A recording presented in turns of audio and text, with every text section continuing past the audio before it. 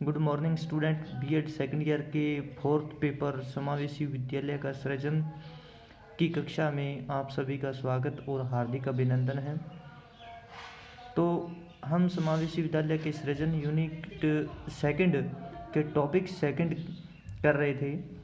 उसमें हम कल चर्चा की थी बाल अधिकारों पर। अब इसमें समावेशी शिक्षा से संबंधित विशेष अनुच्छेदों पर, और जिसमें हमने 4 टॉपिक किए थे, और उसी कड़ी में हम आगे के टॉपिक आज देखेंगे। तो 5वां टॉपिक है सर्वांगीण विकास की योजना, plan of all round development of the child, सर्वांगीण विकास की योजना। इसमें देखते हैं कि विद्यालय स्तर पर असक्षम एवं अपवंचित छात्रों की सर्वांगीण विकास की योजना तैयार करनी चाहिए। यानी कि एक विद्यालय में सामान्य बच्चों के साथ साथ जो असक्षम और अपवंचित छात्र हैं, चाहे तो वो असक्षमता जैसे कि शारीरिक अक्षमता है, मानसिक अक्षमता है, या सामाजिक अपवंचित बालक हैं, या जो रोड साइड पे काम करने वाले हैं, ईंट भट्टों पे काम करने वाले विद्यालय हैं, जो समाज से अपवंचित रह गए हैं, शिक्षा से अपवंचित रह गए हैं, उन बच्चों की सर्वांगीण विकास यानी कि ऑल अराउंड डेवलपमेंट की योजना तैयार करनी चाहिए एक समावेशी विद्यालय को। क्योंकि इनके विकास की प्रक्रिया पर शिक्षकों एवं प्रधानाध्यापकों को विशेष ध्यान देने की आवश्यकता होती है, क्योंकि वे भी हमारे देश के एक नागरिक होते हैं और भविष्य में उनका भी अपना एक अलग भविष्य होता है और देश के निर्माण में उनका विशेष योगदान होता है। तो इन सब बातों को ध्यान रखते हुए समावेशी विद्यालय या सामान्य विद्यालय के शिक्षकों को और प्रधानाध्यापकों को इन बच्चों पर, जो असक्षम बालक है या सामाजिक अपवंचित बच्चे हैं, उनके ऑल राउंड डेवलपमेंट की तरफ ध्यान देना चाहिए, या उनके चहुमुखी विकास या सर्वांगीण विकास की तरफ ध्यान देकर कार्य योजना तैयार की जानी चाहिए। इनमें सामाजिक कौशलों एवं नेतृत्व क्षमता के विकास के लिए इनको विविध कार्यक्रमों में दायित्व भी प्रदान करने चाहिए।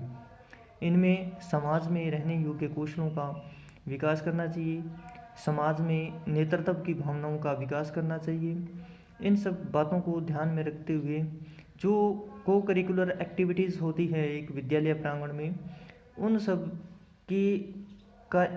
कार्यक्रमों में नेतृत्व प्रदान करने और उत्तरदायित्व प्रदान करने की भावनाओं का विकास एक विद्यालय प्रांगण को, एक विद्यालय प्रशासन को करना चाहिए।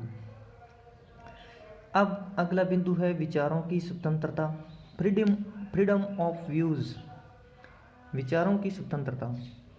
अर्थात प्रत्येक बच्चा होता है ना, एक विद्यालय में आने वाले प्रत्येक बच्चे के अपने एक विशेष विचार होते हैं, चाहे वो असक्षम बालक हो, चाहे अपवंचित बालक हो, या किसी भी प्रकार का सामान्य बालक हो, किसी भी प्रकार की उसमें अपंगता हो।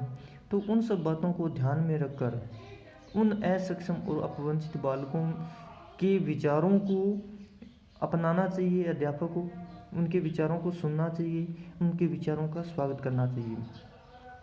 असक्षम एवं अपवंचित बालकों में संकोच की भावना अधिक होती है, क्योंकि वे अपने भावनाओं को व्यक्त करने में संकोच करते हैं। क्योंकि सामान्य जो बालक होते हैं, हो सकता है वे उनका उपहास उड़ाए, तो इसलिए उन बालकों को दूसरे जो सामान्य बालक हैं उनको भी इस संबंध में जागृत करना चाहिए और उनके विचारों पर विचार करना चाहिए, उनके विचारों को सुनना चाहिए। इसलिए इनके विचारों को प्रकट करने के लिए अधिक से अधिक अवसर दिए जाने चाहिए।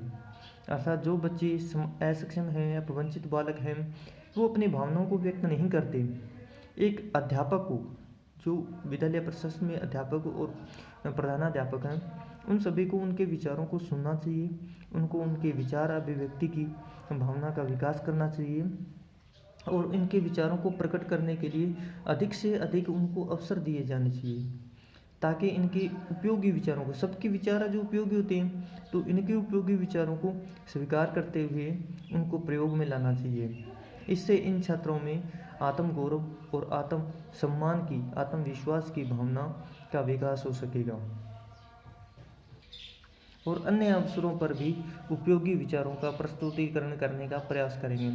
अगर एक बच्चा जो असक्षम बच्चा है, एबनॉर्मल चिल्ड्रन है या सामाजिक अपवंचित बालक हैं, वो जब अपने विचार व्यक्त करेगा एक विद्यालय प्रांगण में, विद्यालय समाज में अपने विचार व्यक्त करेगा, दूसरे जो अध्यापक हैं और दूसरे जो सामान्य बच्चे हैं जब वे उनके विचारों को सुनेंगे और उनके विचारों पर विचार करेंगे तो उनमें एक आत्मसम्मान और आत्मगौरव की भावना का विकास तो होगा ही, साथ में ही वे समाज में अन्य परिस्थितियों में या वैसी ही परिस्थितियों में वे उन विचारों को प्रकट करेंगे, अपने विचार को प्रस्तुत करने का प्रयास करेंगे। तो इस तरह से प्रत्येक बालक के, चाहे वह सक्षम हो, चाहे अपवंचित बालक है या सामान्य बालक है, उनके विचारों की अभिव्यक्ति करने का अवसर एक विद्यालय प्रांगण को देना चाहिए, या एक अध्यापक को या प्रधानाध्यापक को उनके विचार अभिव्यक्त करने का अवसर देना चाहिए, ताकि वे समाज में उचित नेतृत्व प्रस्तुत कर सके। अगला बिंदु है विद्यालय में सम्मान, रेस्पेक्ट इन स्कूल। अक्सर क्या होता है कि जो सामान्य बालक हैं उनको ज़्यादा सम्मान दिया जाता है, लेकिन ऐसा नहीं होना चाहिए। समाज में या एक विद्यालय में आने वाले सभी बच्चों को, चाहे वे सामान्य बच्चे हैं, चाहे असम बालक हैं या अपवंचित वर्ग के बालक हैं, सभी बालकों को एक विद्यालय में उचित सम्मान मिलना चाहिए। इसके लिए उनको विद्यालय में होने वाले कार्यक्रम जैसे को करिकुलर एक्टिविटीज़ हैं, सांस्कृतिक कार्यक्रम हैं, खेल से संबंधित कार्यक्रम हैं, या एनसीसी है, स्काउट गाइड हैं, उन सब कार्यक्रमों में उनकी भागीदारी सुनिश्चित करनी चाहिए तथा अनेक गतिविधियों में सहभागिता निश्चित की जानी चाहिए, क्योंकि समय समय पर उनके विचार, उनके कार्य, उनकी सहभागिता के लिए उनको पुरस्कार भी प्रदान किए जाने चाहिए, जिससे उनमें आत्मसम्मान की भावना जागृत होगी तथा वे समाज के लिए उपयोगी सिद्ध हो सकेंगे। अगला बिंदु है समाज में सम्मान, रेस्पेक्ट इन सोसाइटी।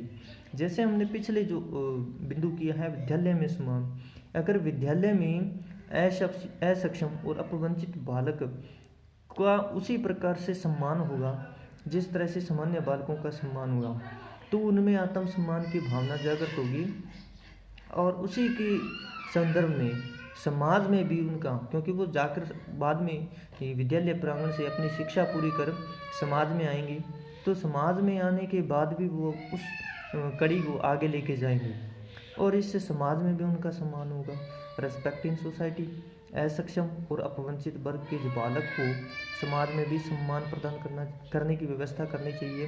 और कैसे करेगा एक अध्यापक या विद्यालय के जो प्रिंसिपल हैं वो कैसे करेगा, समय समय पर विद्यालय प्रांगण में अभिभावकों की मीटिंग बुलाएंगे, अभिभावकों की बैठक बुलाएंगे और वहाँ पर उन सभी अभिभावकों को ऐसे निर्देश या दिए जाएंगे कि सभी बच्चों के प्रति, चाहे तो वो असक्षम है या अपवंचित है या सामान्य बालक है, उन सभी के प्रति सकारात्मक भाव रखें।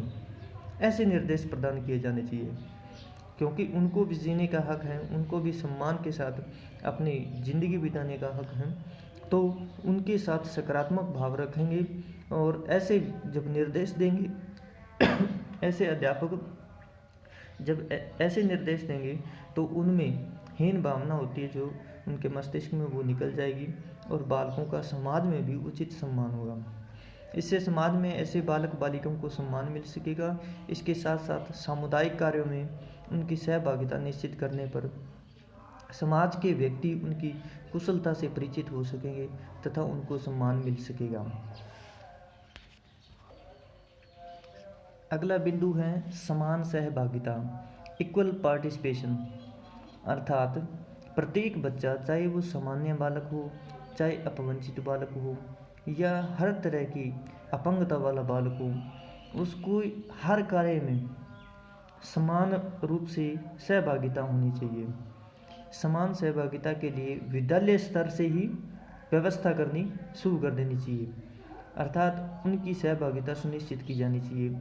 स्कूल की हर गतिविधि में अगर उनकी सहभागिता होगी तो उनमें आत्मसम्मान की भावना होगी। समान सहभागिता के लिए विद्यालय स्तर पर व्यवस्था करनी चाहिए, जैसे कक्षा संबंधी गतिविधियाँ होगी उनमें सहभागिता करनी चाहिए। ठीक है ना। उनकी सहभागिता सुनिश्चित की जानी चाहिए कक्षा संबंधी गतिविधियों में। अनुशासन संबंधी नियमों के निर्धारण में सहभागिता होनी चाहिए, अर्थात हर बच्चे के लिए समान अनुशासन हो और समान गतिविधियों में भाग लेने की सहभागिता हो। और इसके साथ अनुशासन संबंधी जो नियम हैं उनके निर्धारण में भी उनकी सहभागिता होनी चाहिए। एक विद्यालय प्रांगण में सभी अध्यापक और विशेषकर प्राचार्य द्वारा या प्रिंसिपल द्वारा या प्रधानाध्यापक द्वारा उन बच्चों की सुविधा के अनुसार ही विद्यालय में अनुशासन संबंधी नियम बनाने चाहिए। तो अनुशासन संबंधी नियम बनाते समय जो असक्षम बालक हैं या सामाजिक अपवंचित बालक हैं उनकी सलाह के अनुसार ही या उनकी सुविधा के अनुसार ही विद्यालय में अनुशासन के नियमों का निर्धारण होना चाहिए और उनके विचारों को सुनकर अनुशासन संबंधी नियमों का निर्धारण किया जाना चाहिए या अनुशासन संबंधी नियम बनाए जाने चाहिए। विद्यालय व्यवस्था के निर्माण में सहभागिता तथा शिक्षण अधिगम प्रक्रिया में सहभागिता आदि। इसके साथ साथ विद्यालय की व्यवस्था मैनेजमेंट के निर्माण के लिए उनके बच्चों की सहभागिता होनी चाहिए और इसके साथ टीचिंग लर्निंग प्रोसेस जो है उसमें भी बच्चों की सहभागिता उनकी सुविधा के अनुसार होनी चाहिए। इस प्रकार के अनेक क्षेत्रों में असक्षम एवं अपवंचित बालक बालिका की सहभागिता सुनिश्चित करने का प्रयास करना चाहिए ताकि उनको समाज के लिए उपयोगी बनाया जा सके, उनमें आत्मसम्मान की भावना विकसित की जा सके और उनमें आत्मगौरव की भावना का विकास हो ताकि वो देश के लिए, समाज के लिए, सोसाइटी के लिए और अपने परिवार के लिए उपयोगी नागरिक सिद्ध हो सके। तो आज की कक्षा के लिए इतना ही, नेक्स्ट जारी रहेगा। धन्यवाद।